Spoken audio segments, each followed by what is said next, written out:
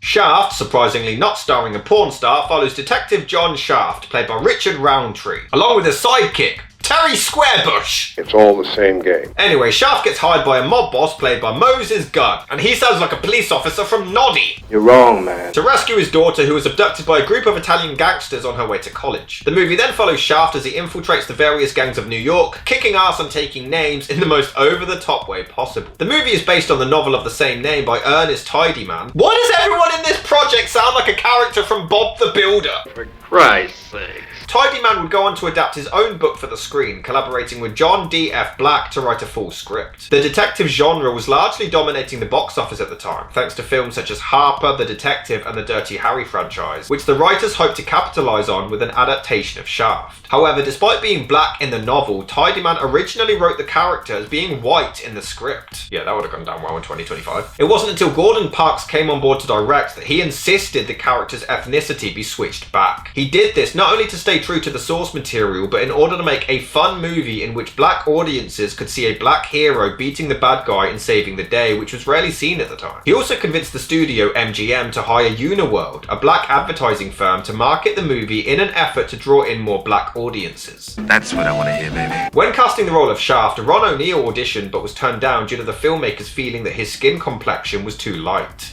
You ain't so black. Isaac Hayes also tried out, and though he wasn't successful, he was later brought on to write the film's now iconic soundtrack. Richard Roundtree had mainly been acting in commercials at the time, and so jumped at the chance to star in a movie, and he quickly nabbed the part. However, the director insisted that Shaft should have a moustache despite not having one in the book, so Roundtree had to wear a fake one throughout filming as he couldn't grow his own in time. Get off my back, huh? Shaft was released on June the 25th, 1971, and was met with mixed reviews, many feeling that the film was too goofy and over the top to tackle its more complex themes, though the action and Roundtree's performance were widely praised. Despite this, the movie was a massive success at the box office. On a budget of just $500,000, it grossed over $13 million worldwide, which equates to almost $100 million today. In fact, it's often believed that the success of this film and its two immediate sequels single-handedly saved MGM from complete bankruptcy. Right on. Isaac Hayes' score was also credited for aiding the movie's popularity, as the soundtrack album remained in the top 200 charts for a whopping 60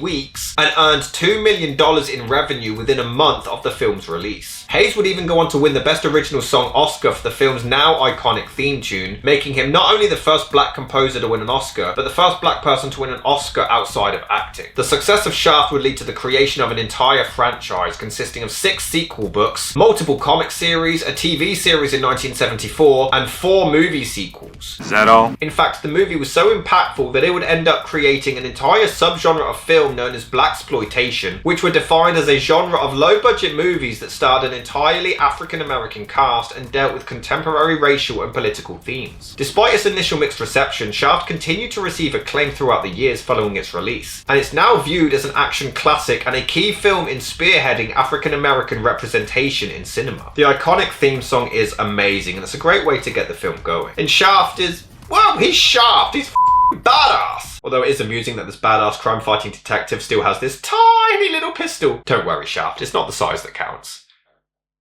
So I'm told. But the lead performance is fantastic. He is perfect as the titular hero. Obviously there's scenes that are clearly really limited with their low budget, but it works with what they were trying to do and it gets the job done. It just has a unique, classic, old school charm to it. However, I will say the film didn't win me over as much as the rest of the world, but I'll be the first to say that it's down to 2 things.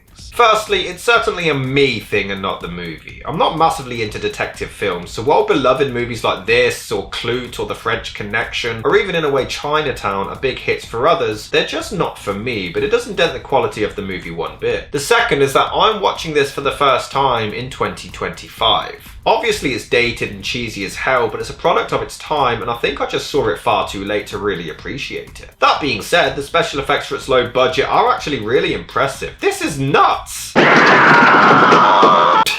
But I'm not taking that seriously. Although when the gang and the cops are closing in on one another, it does actually get quite intense with some great music to hype it up. And I shouldn't laugh, but these guys casually chatting while a corpse is just flopped over the table out of shape like a cartoon is brilliant. They infiltrate the hotel and it's really suspenseful, it's great. Although the editing here is sloppy, Shaft does one facial expression in the close-up and then we cut to a wide shot and he does it again. What, nobody noticed that? Although it is pretty funny that during this entire infiltration, Shaft casually takes the time to just get a cigarette. And the ending is pretty damn sick as he bursts in and goes down. It does have a really sweet closing scene. The movie really wasn't for me, but it's certainly not bad. Don't get me wrong, it's a good film for sure. Roundtree gives a kick-ass performance and the movie absolutely revolutionized action movies and paved the way for black representation in cinema. But the fact that it's a detective story, which aren't really my thing, really stopped me from getting into it. That being said, it's definitely earned its place both in the book and in cinema history. But I don't think I'll be in a hurry to re-watch this anytime soon.